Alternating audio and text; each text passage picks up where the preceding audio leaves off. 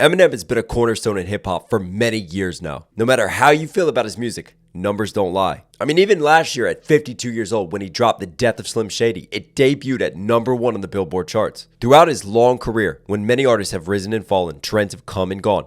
Eminem and his fan base has always remained. But recent changes that are set to happen in the new year may now affect that dominance. Sick Knox here today. I'm tapping in, putting in that overtime as always. Listen, there's been a recent development in relation to the Billboard charts that is huge for Eminem, but it's also huge for rap music. Now, I've already done a video addressing the narrative that rap is dead, and the article is talking about the decline of hip-hop, it falling off of the top 40 charts, but one of those reasons was due to structural and institutional changes to how the Billboard charts are counted and what songs are counted and what qualifies and gets disqualified.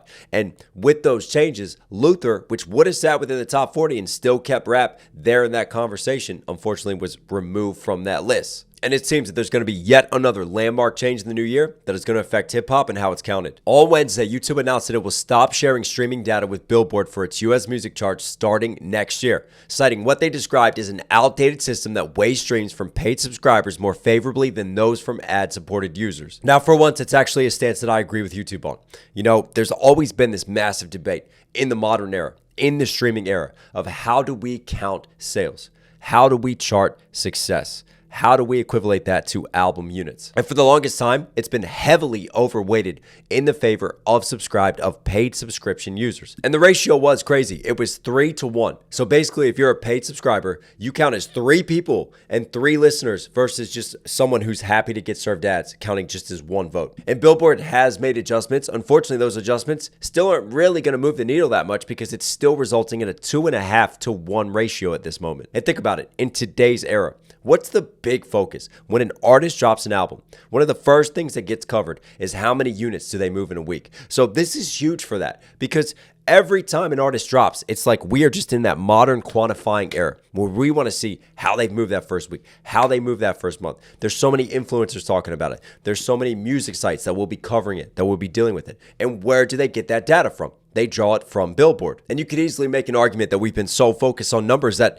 aren't actually true numbers, that don't represent the true value and the true amount of just actual listeners to a project. And isn't that what we really want to get to at the end of the day? We want to actually appreciate the amount of real lives, the amount of real people that music is reaching, that artists are connecting with. Just because someone has more disposable income and they're happier to pay subscription doesn't mean that all of a sudden they get cloned and divided into 3 different people. Or 2.5 men for the foreseeable future. Sorry, Charlie Sheen. I'm by winning. I win here and I win there. Now what? And Billboard changes will be interesting because they are adjusting and they're basically lowering the amount of counting threshold that it takes for streams to count for an album's unit. So going forward into the new year, what's going to be interesting is that there's definitely going to be a change when an artist drops an album. On one hand, you'll see an increase in units moved.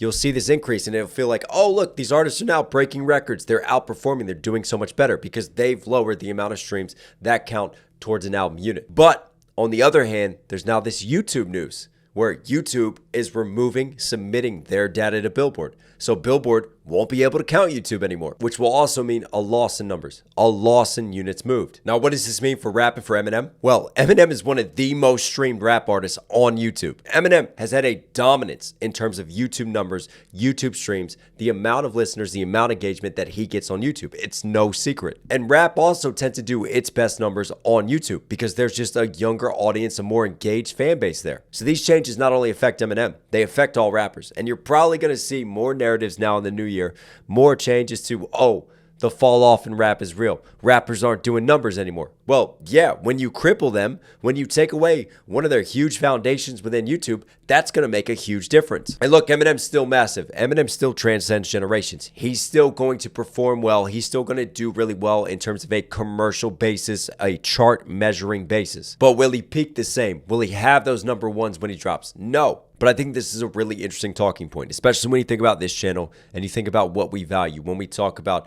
music, when we talk about prioritizing the art and the artists over numbers. And speaking of artists, there's an independent artist who's always killing it in Russ, and he weighed in on this, and I found some of his tweets very interesting regarding the situation. Once YouTube isn't counted, Billboard stops being the scoreboard and becomes a scoreboard. They basically just fracture the consensus and finality of a Billboard chart position because now each position comes with a big asterisk. So true. Boss move by YouTube to pull out of the Billboard. And when you zoom out and think about it, Billboard is supposed to be involved in objective statistics. It's supposed to count the stats wherever they are. If it can't count YouTube, then how can we validate Billboard? How can we say that an artist is truly topping, like Russ points out, if we're only measuring a certain amount of those streams, if we're only capturing a certain percentage of the artist's real audience? I mean, that's insane. And sure, there may be a lot of people, a lot of consumers who really don't give a shit about the numbers, especially here on YouTube. But you know who cares about the numbers? Labels do.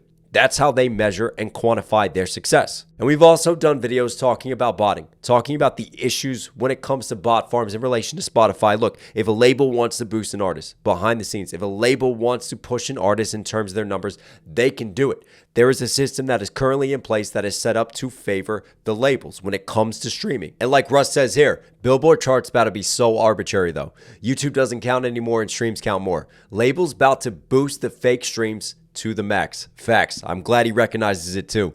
Artists, build a real fan base that buys tickets. Drop your music consistently. Tour, repeat. Rest of the shit is smoke and mirrors. And one user asked, so does that mean YouTube would be useless? Russ's answer, commercially, yes. Artistically, no. Which, when you think about it from that perspective, leave some potential, leave some opportunities on YouTube. Because if labels care less about YouTube numbers, if they care less about moving and pushing artists on YouTube, then that creates less saturation within a market. That creates less label influence. It opens up lanes, it opens up opportunities for, like Russ points out, the artists who are dropping consistently, for art to just be art.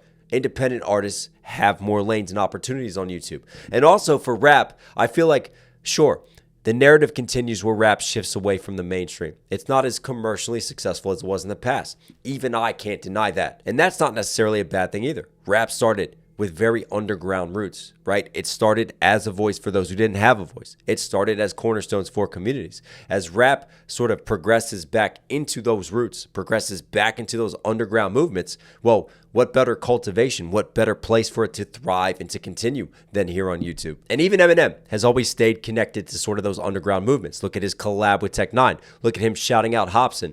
Look at him shouting out other artists, always putting on, connecting to those roots, connecting to that history of rap. So on one hand, yeah, this is the end. This is the end of rap's dominance on Billboard charts. I mean, the writing's been on the walls for a while now, but this is definitely just the death stroke, the one that is going to really cripple how it is counted, how things proceed, unless YouTube and Billboard come to a new reconciliation. But like I said, going forward is still an opportunity. It's an opportunity for Eminem. It's an opportunity for the Russes of the world, for independent artists, and it's an opportunity for rap. And maybe Eminem was predicting the future with the death of SlimShady, with something new to come. Talk about an education. And then like this, and then that's the guy, and he's our dad, and we can get all the answers and the truth. Wow, winning. It's how you perceive it.